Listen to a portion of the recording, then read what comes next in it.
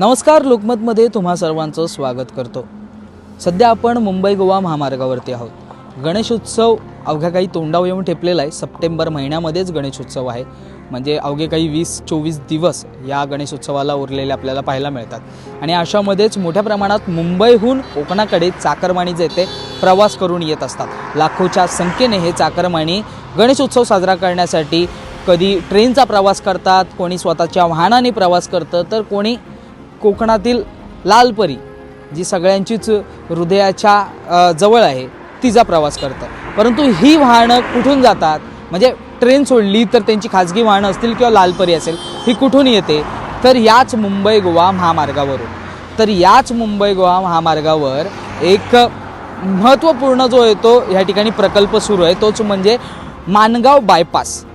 या बायपासमुळे काय होणार आहे, तर जेव्हा गणेशोत्सव येतो तेव्हा आपण जर पाहिलं 30-30, 40-40 किलोमीटर याच मुंबई गोवा महामार्गावरती वाहतूक कोंडी होते आणि कधी कधी कोकणात जाण्यासाठी 24 तास देखील या चाकरमान्यांना प्रवास करावा लागतो आणि त्यामुळे त्यांना नाहक त्रास देखील सहन करावा लागतो। परंतु हा जर बायपास बनला तर या बायपासमुळे त्यांचा वेळ देखील वाचणार आहे, जी होणारी वाहतूक कोंडी आहे ती देखील नाही होणार आहे आणि त्या ठिकाणी त्यांचा प्रवास जो आहे तो निर्विघ्नपणे पार पडेल। परंतु या बायपासचं काम आत्तापर्यंत किती झालं आहे याचाच आढावा आम्ही आज घेतलेला आहे।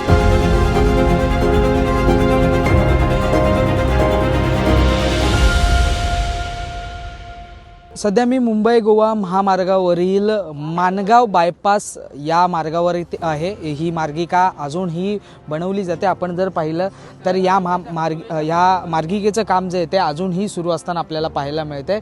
16 गर्डर जे आहेत ते टाकले जायला हवे होते, परंतु आत्तापर्यंत ह्या संपूर्ण कामामध्ये 4च गर्डर जे आहेत ते टाकण्यात आलेले आहेत। त्यामुळे आपण जर पाहिलं तर हा बायपास का महत्त्वाचा आहे, तर या बायपासमुळे संपूर्ण मुंबई गोवा महामार्गावरती जो काही म्हणजे त्या ठिकाणी वाहनांचा लेखाजोखा होतो, एकंदरीत वाहनांची जी वाहतूक कोंडी होते, या बायपासमुळे ती वाहतूक कोंडी कुठेतरी कमी होईल आणि याचसाठी हा संपूर्ण बायपास बनवला जातोय। परंतु जी माहिती या ठिकाणी स्थानिकांकडून मिळते किंवा जी काही माहिती आत्तापर्यंत आमच्यापर्यंत पोहोचली आहे त्यानुसार रेल्वेकडून जी काही परमिशन हवी ती अजून देखील मिळालेली नाही आहे आणि त्याचमुळे आपण जर पाहिलं तर ह्या माणगाव बायपासचं काम देखील रखडलेलं आहे। सध्याची ही परिस्थिती आपण जर पाहिली तर या ठिकाणी लाल मातीचे ढीग आपल्याला पाहायला मिळतात। त्याचबरोबर आपण जर पाहिलं तर हे जे मोठे गर्डर टाकले जातात, पिलर्स बनवले जातात, त्यासाठी हे त्याच्यावरती लावणारे आपण जर पाहिलं तर हे स्टँड्स ह्या ठिकाणी आपल्याला पाहायला मिळतात। परंतु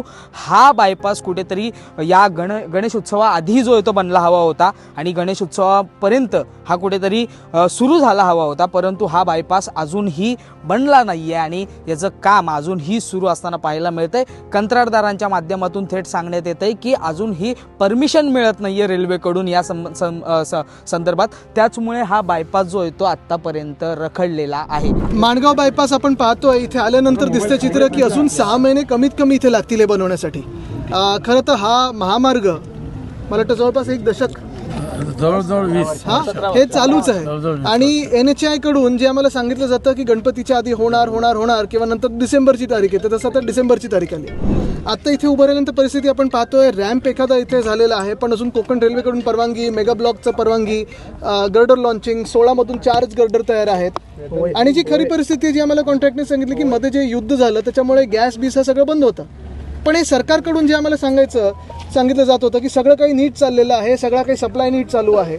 आपण आता परिस्थिती पाहतोय आणि गणपतीत पण इथे लोकांचे हाल होणार आहेत, तासनतास ट्रॅफिक होणार आहे। सरकारने कमीत कमी इथे थोडे ट्रॅफिकचे कॉन्स्टेबल्स देऊन त्या वेळेसाठी जे काही ट्रॅफिक होऊ शकेल तिथे काही मार्ग काढू शकतो का आपण, हे बघणं गरजेचं आहे। आपण पाहिलं तर केंद्रात महायुतीचं सरकार आहे, महाराष्ट्रात महायुतीचं सरकार आहे आणि सत्ताधारी म्हणतात की 1 लेन आम्ही गणपतीपूर्वी चालू करू, मात्र कोकण रेल्वेची त्यांना परमिशन भेटत नाही। अशात कसं काय दिशा? आता जे खरं तर पूर्ण देशामध्ये सुपर हायवे बनवायला निघाले होते ते आता 1 लेनवर आले। 1 लेन चालू करणार 10 वर्ष, मग काय करत होता तुम्ही? आणि प्रत्येक वर्षी आम्हाला तुम्ही आश्वासनं देता, प्रत्येक वर्षी सांगता की आम्ही आता रस्ते असे बनवलेत तसे बनवलेत, NHAI एवढे मार्ग बनवतं, NHAI एवढे किलोमीटर बनवतं। NHAI जर पाहिलं तर मुंबई गोवा महामार्ग असेल, मुंबई अहमदाबाद महामार्ग असेल, मुंबई नाशिकचं असेल, एवढे भयानक रस्ते महाराष्ट्रात, सगळ्यात जास्ती भयानक रस्ते जर पाहिले आपण तर NHAIचे सर्वात भयानक रस्ते। आणि ती परिस्थिती आपण बघतोय आता पण येताना रस्ता जो काही कॉन्क्रीटचा होता खडतर होता सगळा कॉन्क्रीट. एक मला कुठेतरी 50 मीटरचा स्ट्रेच दाखवा जो सरळ आहे किंवा खडतर नाही आहे. ठाकरेंच्या शिवसेनेचे नेते आदित्य ठाकरे यांनी आज मुंबई गोवा महामार्गाची पाहणी केली. या पाहणी दरम्यान ते हा माणगावचा बायपास देखील पाहण्यासाठी आले होते.